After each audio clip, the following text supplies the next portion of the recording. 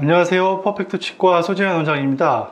오늘은 저희가 케이스 리뷰를 동반해서 심미적이고 이상적인 치아의 비율에 대해서 좀 설명을 드릴까 하고요. 그 중에서 짧은 치아를 어떻게 극복을 하는지, 그리고 그거에 관련된 설명을 좀 드려볼까 합니다.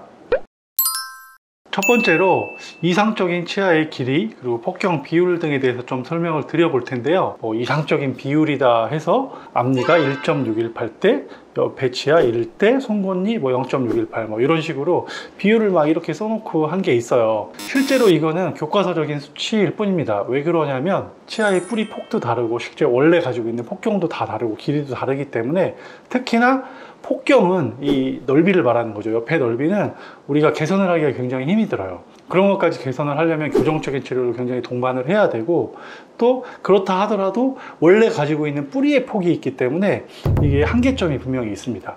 환자분의 상황에 맞는 아름다운 비율을 찾는 게 첫 번째인 것 같아요. 평균적으로 여성의 치아 길이를 보면 9에서 10mm 정도예요. 그리고 남자는 10에서 11mm 정도가 됩니다. 자, 두 번째로 짧은 치아의 문제점에 대해서 한번 살펴볼 건데, 짧은 치아 때문에 오시는 분들이 굉장히 많습니다. 특히 여성분들이 많고요. 짧은 치아는 어떤 느낌을 주냐면 그냥 심미적으로 봤을 때 약간 어린이스러운 느낌이 많이 듭니다. 짧기 때문에.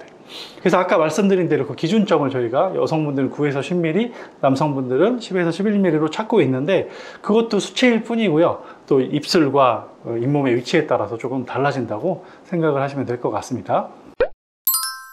자, 그럼 세 번째로 한번 짧은 치아를 어떻게 극복할지 이 부분에 대해서 한번 생각을 해볼 건데요. 잇몸의 위치를 좀 봐야 합니다. 우리가 웃을 때 잇몸이 많이 보이는 치아들 있잖아요. 거미 스마일이라고 하는 그런 치아들. 이런 경우에는 어떻게 해야 될까요? 첫 번째는 교정을 통해서 치아를 위로 올리는 힘을 가하면 잇몸이 따라 올라갑니다. 그리고 두 번째 방법으로는 잇몸 성형이라고 해서 레이저를 이용해서 잇몸을 자르는 거죠. 그래서 더 위쪽으로 치아가 많이 보일 수 있게 하는 이 두 가지 방법이 있습니다. 상황에 맞게, 내 환경에 맞게 방법을 선택을 해서 진료 방법을 찾는 게 중요할 것 같습니다. 저희가 이제 짧은 치아에 관해서 좀 설명을 드렸고요. 이번에는 실제적으로 케이스들을 몇 가지 보면서 설명드리도록 하겠습니다.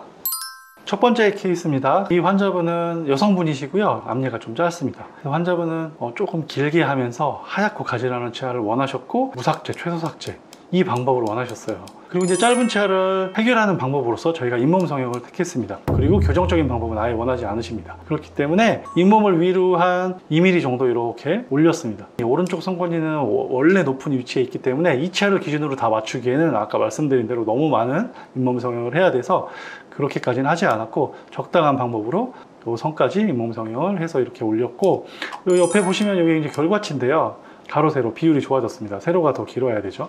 조금 아쉬운 점이 있다면 이 두 개 치아를 같이 하지 않았어요. 왜 그랬냐면 환자분은 아까 말씀드린 대로 무삭제, 최소삭제 라미네이트를 꼭 하고 싶어 하셨어요. 근데 이 치아는 위치가 많이 틀어져 있기 때문에 신경치료를 해서 이를 씌워야 한다든가 아니면 교정을 해야 되는데, 그 두 가지 방법 다 원하지 않으셨기 때문에 거의 이 치아를 손대지 않고 할 수 있는 치아만 골라서 하게 됐습니다. 그래서 이렇게 치아를 완성을 하게 됐고, 짧은 치아가 아주 개선이 잘 되었고 색깔 또한 만족스럽게 완성이 된 결과라고 보시면 될 것 같아요. 그럼 다음 케이스도 한번 보겠습니다. 두 번째 케이스인데요. 이가 짧기도 짧지만 그것보다 옥니라고 그러죠. 뒤로 들어가 있는 치아의 전형적인 모습입니다. 그래서 환자분은 치아가 좀 이렇게 나와 보이기를 원하셨어요. 나와 보이면서 치아의 볼륨을 좀 형성시키기를 원하셨습니다. 당연히 이런 경우에는 치아를 완전 최소삭제 형태로 시행을 하였고, 삭제된 사진을 한번 간단히 보여드릴게요. 라미네이트가 만들어질 경계만 이렇게 다듬어서 시행을 했습니다. 거의 0.1mm 정도 삭제를 했다고 보시면 될 것 같고, 끝난 결과 한번 볼까요? 색깔은 환자분이 선택하신 색깔로 해드린 거고, 약간 동글동글한 치아를 원하셨거든요. 목표에 맞게 해드렸고, 스마일 라인 이렇게 형성을 하면서 치아도 초기보다는 앞니가 조금 더 길어지게 완성을 했다라고 보시면 되는 케이스고, 마지막 케이스 한번 보겠습니다. 자, 오늘의 마지막 케이스인데요. 가장 어떻게 보면 심한 케이스라고 할 수 있습니다. 환자분이 교정을 원치 않으셨어요. 교정을 딱 봐도 교정을 하셔야겠죠. 앞니는 옥니처럼 뒤로 들어가 있고, 더군다나 많이 짧고 유치처럼, 송곳니는 덧니라고 하죠. 이렇게 바깥으로 많이 뻗어진 형태입니다. 그럼 교정 치료를 안 하고 이걸 어떻게 할 거냐, 이제 방법을 세워야 되는데, 환자분은 신경 치료를 하더라도 교정은 하고 싶지 않다고 하셨고요. 그래서 방법을 택한 게 앞니 4개는 잇몸 성형을 해서 라미네이트 형태로 가고, 이 치아들은 송곳니는 어쩔 수 없이 신경치료를 해서 울세라믹 크라운이라는 것으로 치료 방법을 세웠습니다.